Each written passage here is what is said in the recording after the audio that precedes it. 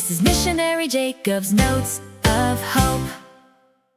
Today, we're going to talk about something really powerful. We're looking at the morning of the resurrection, but maybe in a way you haven't thought about it before, as a deeply personal call of comfort. So let me ask you something. Have you ever been lost? I mean, really lost? Think back to being a kid, maybe in a crowded store, where suddenly every face is a stranger's and all the sounds are just noise. That sharp feeling of panic, that you're totally and completely alone. Yeah, I think we all know that feeling. And you know, even as adults, we can feel lost in a different way. At work, for example. How often are you called by your actual name versus your title? You're not just you, you're a function. Or, out in the world, you're a customer. You're a number in a queue. You're just a transaction, another data point. It even happens at home, right? Our identity gets all tangled up in our roles. We become so-and-so's mom or so-and-so's partner. And in all that noise, all those labels, it's easy to forget the sound of our own name. It's easy to feel like our true self has just kind of disappeared. And you start to wonder, does anyone even see me anymore? The person underneath all these titles? Well, that exact feeling, that feeling of being lost, unseen, and just completely heartbroken, that's where our story begins today. We're at a tomb with a woman whose entire world has just been shattered. So, let's set the scene. It's early morning, just after the Sabbath. Our main character is Mary Magdalene, and you have to understand what she's just been through. She watched Jesus, her teacher, her hope, her everything, suffer a horrible death. And now, she's come to his tomb, maybe for one last moment of connection, and it's empty. His body is gone. Even that last tiny comfort is just snatched away. Now, to really get the depth of her pain, there's this specific Greek word used here, kleo. And this isn't just quiet crying, no way. This is a full-on, out-loud wail. It's the kind of unstoppable sorrow that just pours and pours out of you, the kind you think will never, ever end. So we're not just talking about sadness here. This is a total collapse. Every single one of her hopes was tied to Jesus. And now, he's gone. For Mary, this is it. It's the absolute end of everything. And this grief, it was so intense, so overwhelming, that it literally blinded her. I mean, Jesus himself, resurrected, is standing right there, and he asks her why she's crying, but she doesn't see him.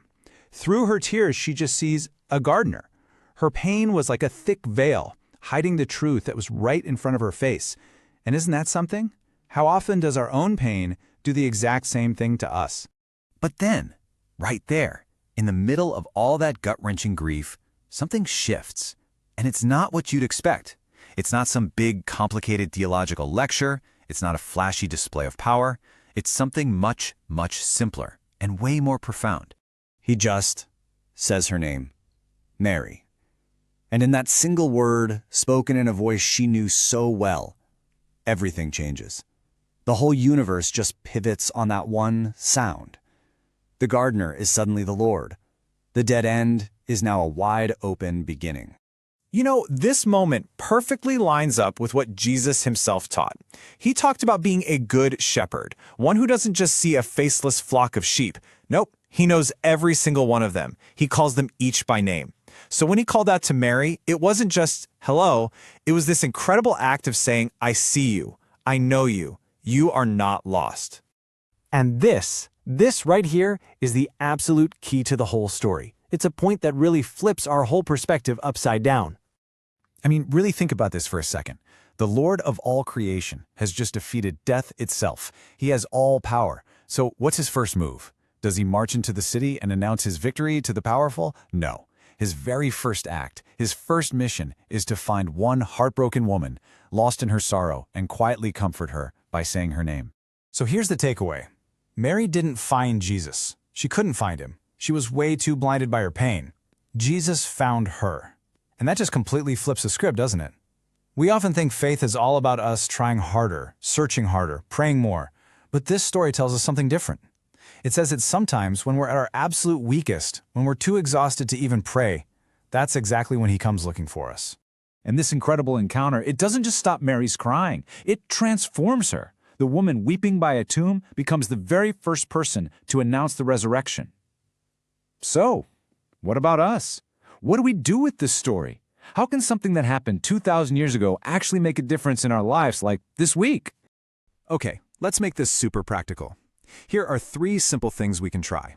First, hear your name. Just for 5 minutes a day, get quiet and listen. Imagine Jesus saying your name, just for you. See how that feels. Second, call their name. Let's be the ones who see past the titles. Call someone by their actual name this week and really truly ask them how they are. And third, stand as a messenger. This one's tough. Go from being comforted to being a comforter. Think of someone who has hurt you and pray a blessing for them. Extend the same grace that found you when you were hurting. So let's leave it with this thought. Just imagine, in the middle of your busy day, your stress, your own quiet struggles, what if you heard your name spoken by that voice? What would change for you? How would your world shift in that moment? Because that's the real promise of that resurrection morning. It's not just a story from the past, it's a personal call that's still echoing today, waiting for you to hear it.